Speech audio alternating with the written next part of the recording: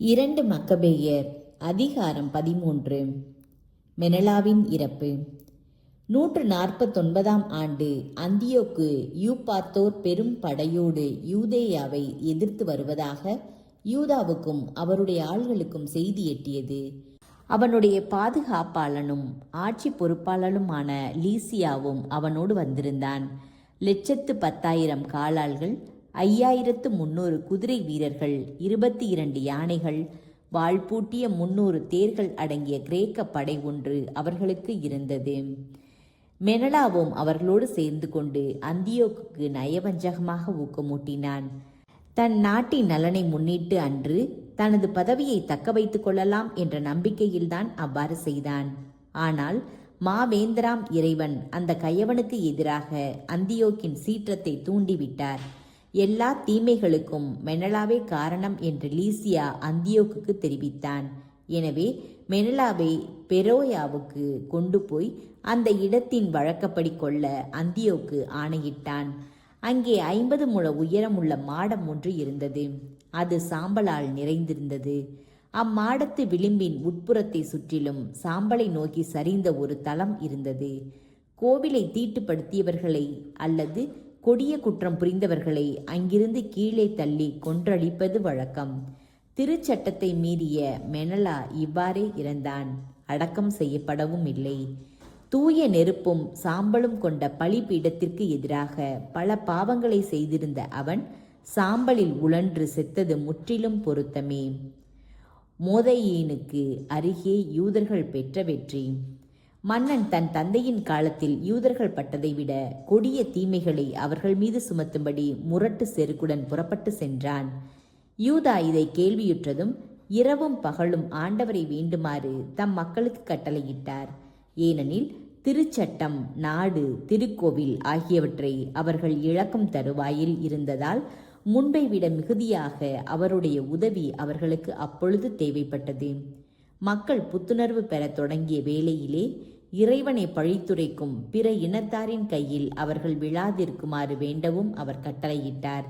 அவர்கள் எல்லாரும் அவ்வாறே செய்தார்கள். 3 நாள் இடைவிடாமல் கண்ணீர் சிந்தி உண்ணா நோன்பிருந்து குப்புற விழுந்து இரக்கமுள்ள ஆண்டவரை மன்றாடினார்கள். தக்க ஏற்பாடுகளோடு இருக்குமாறு யூதா அவர்களுக்கு ஊக்கமூட்டினார்.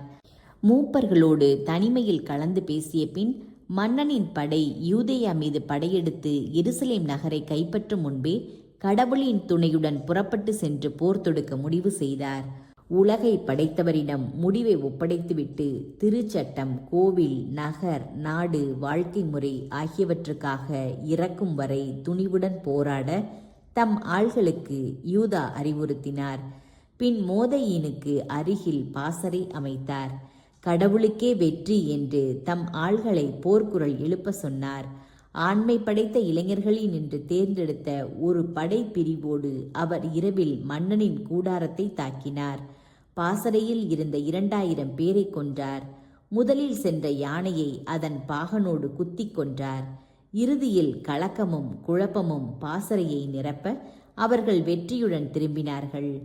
ஆண்டவரின் உதவி யூதாவுக்கு பாதுகாப்பு அளித்ததால் பொழுது புலரும் வேளையில் இதெல்லாம் நடந்தது. யூதர்களோடு ஒப்பந்தம்.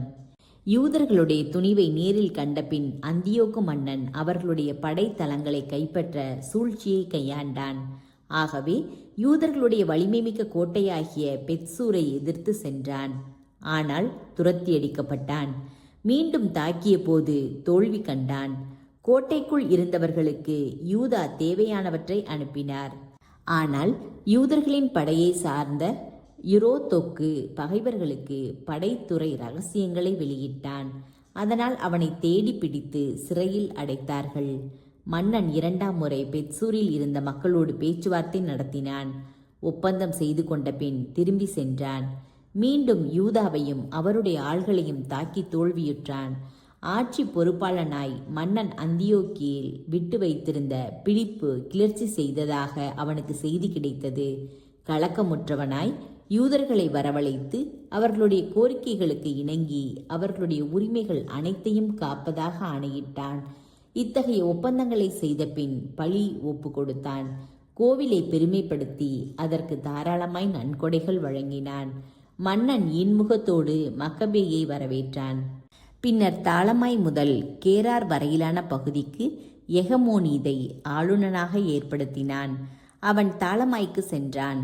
ஆனால் யூதர்களோடு அவன் செய்திருந்த ஒப்பந்தம் பற்றி அந்நகர மக்கள் சினம் கொண்டார்கள். அதன் விதிமுறைகளை செல்லாததாக்க விரும்பும் அளவுக்கு வெகுண்டார்கள். அப்போது லீசியா பொது மேடையில் ஏறி தன்னால் முடிந்தவரை ஒப்பந்தத்துக்கு ஆதரவாக பேசி அவர்களை இணங்க வைத்து அமைதிப்படுத்தினான். அவர்களுடைய நல்லெண்ணத்தை பெற்றவனாய் அந்தியோக்கிக்கு புறப்பட்டான். இவ்வாறு அந்தியோக்கு மன்னனுடைய படையெடுப்பும் பின்வாங்கலும் முடிவுற்றன.